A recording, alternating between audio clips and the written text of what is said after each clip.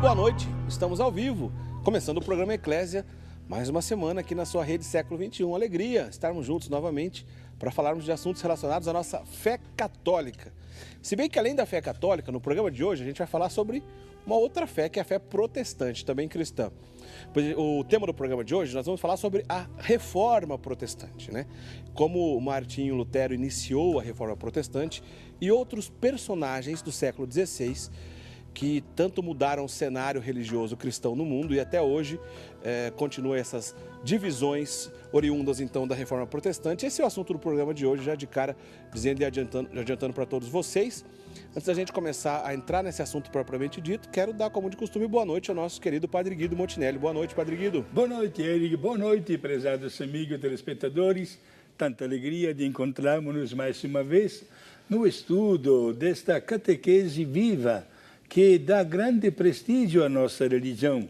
Hoje quero dar um abraço especial ao nosso amigo Olindo Arantes Pereira, o pai da Cristina, da cidade de Bariri, que ontem esteve de aniversário, e a família do grande amigo Sadi, Dona Sandra, com os seus filhos, Cailão, Patrícia e a netinha Clara Maria de Rio Claro, que não perdem um programa. Hoje quero muita atenção porque falamos de um assunto com o qual convivemos diariamente.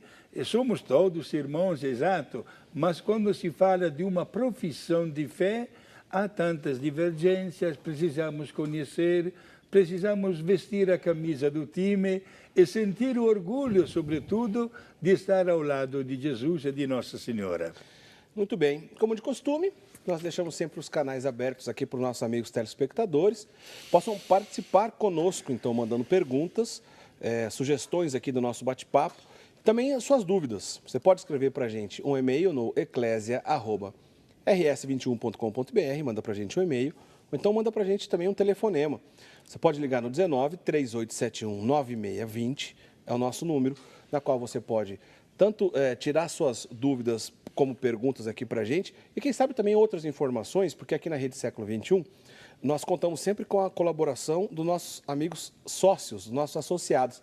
Se você, de repente, não é sócio, fica um bom motivo hoje. Converse com nossos atendentes, que elas vão te explicar como é que você faz para se tornar sócio e colaborar sempre, todo mês, a quantia que for possível para cada um de nós, para cada um de vocês, para que a gente consiga manter no ar essa obra de evangelização chamada Associação do Senhor Jesus e TV Século XXI, tá certo?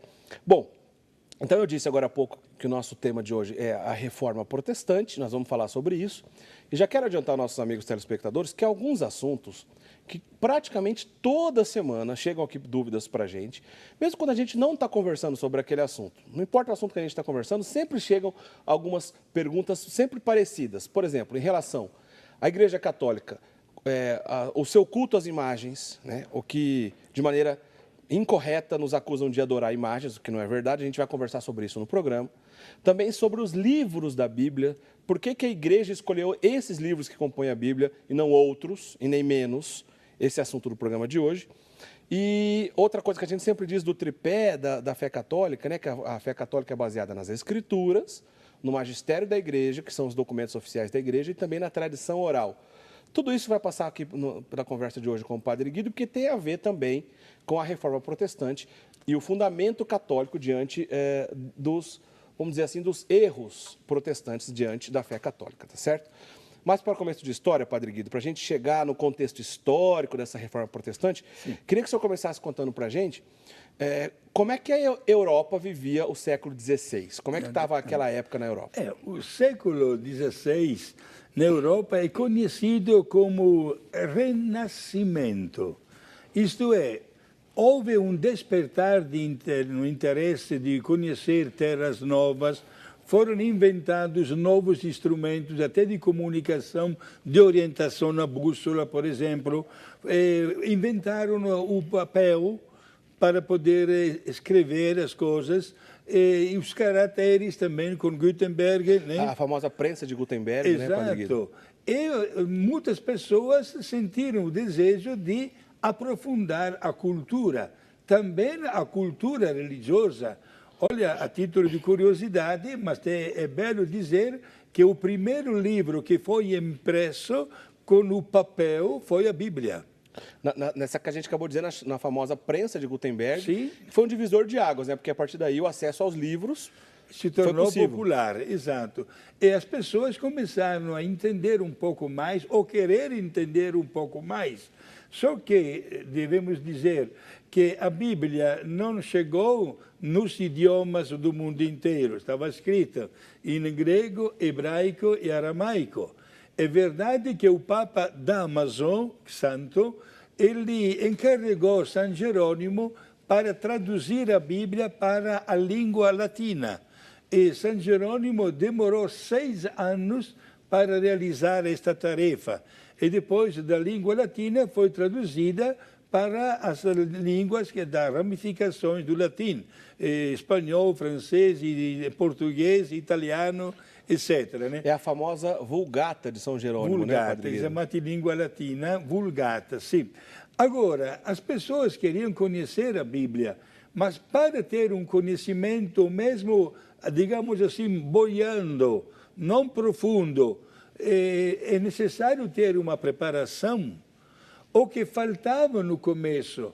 Por isso, meus amigos, uma primeira leitura da Bíblia começou a despertar ideias um pouco estranhas, diferentes e não em sintonia com a verdade. Se alguém me perguntasse, padre, as primeiras heresias da Bíblia nasceram quando? Aí seria outra resposta. Ainda na época da evangelização dos apóstolos, nós notamos as primeiras heresias, o que criou uma situação muito, digamos assim, delicada, a tal ponto que os bispos se reuniam frequentemente e colocavam em pauta o estudo dessas dificuldades teológicas à procura de uma solução.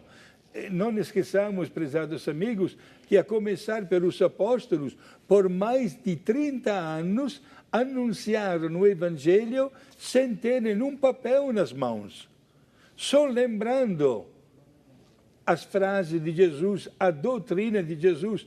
É aí que nós notamos a intervenção até do Espírito Santo, porque até hoje, olha, o caso prático, nós podemos ter uma nacionalidade diferente, mas quando falamos da fé e da doutrina, tudo é igual no mundo inteiro.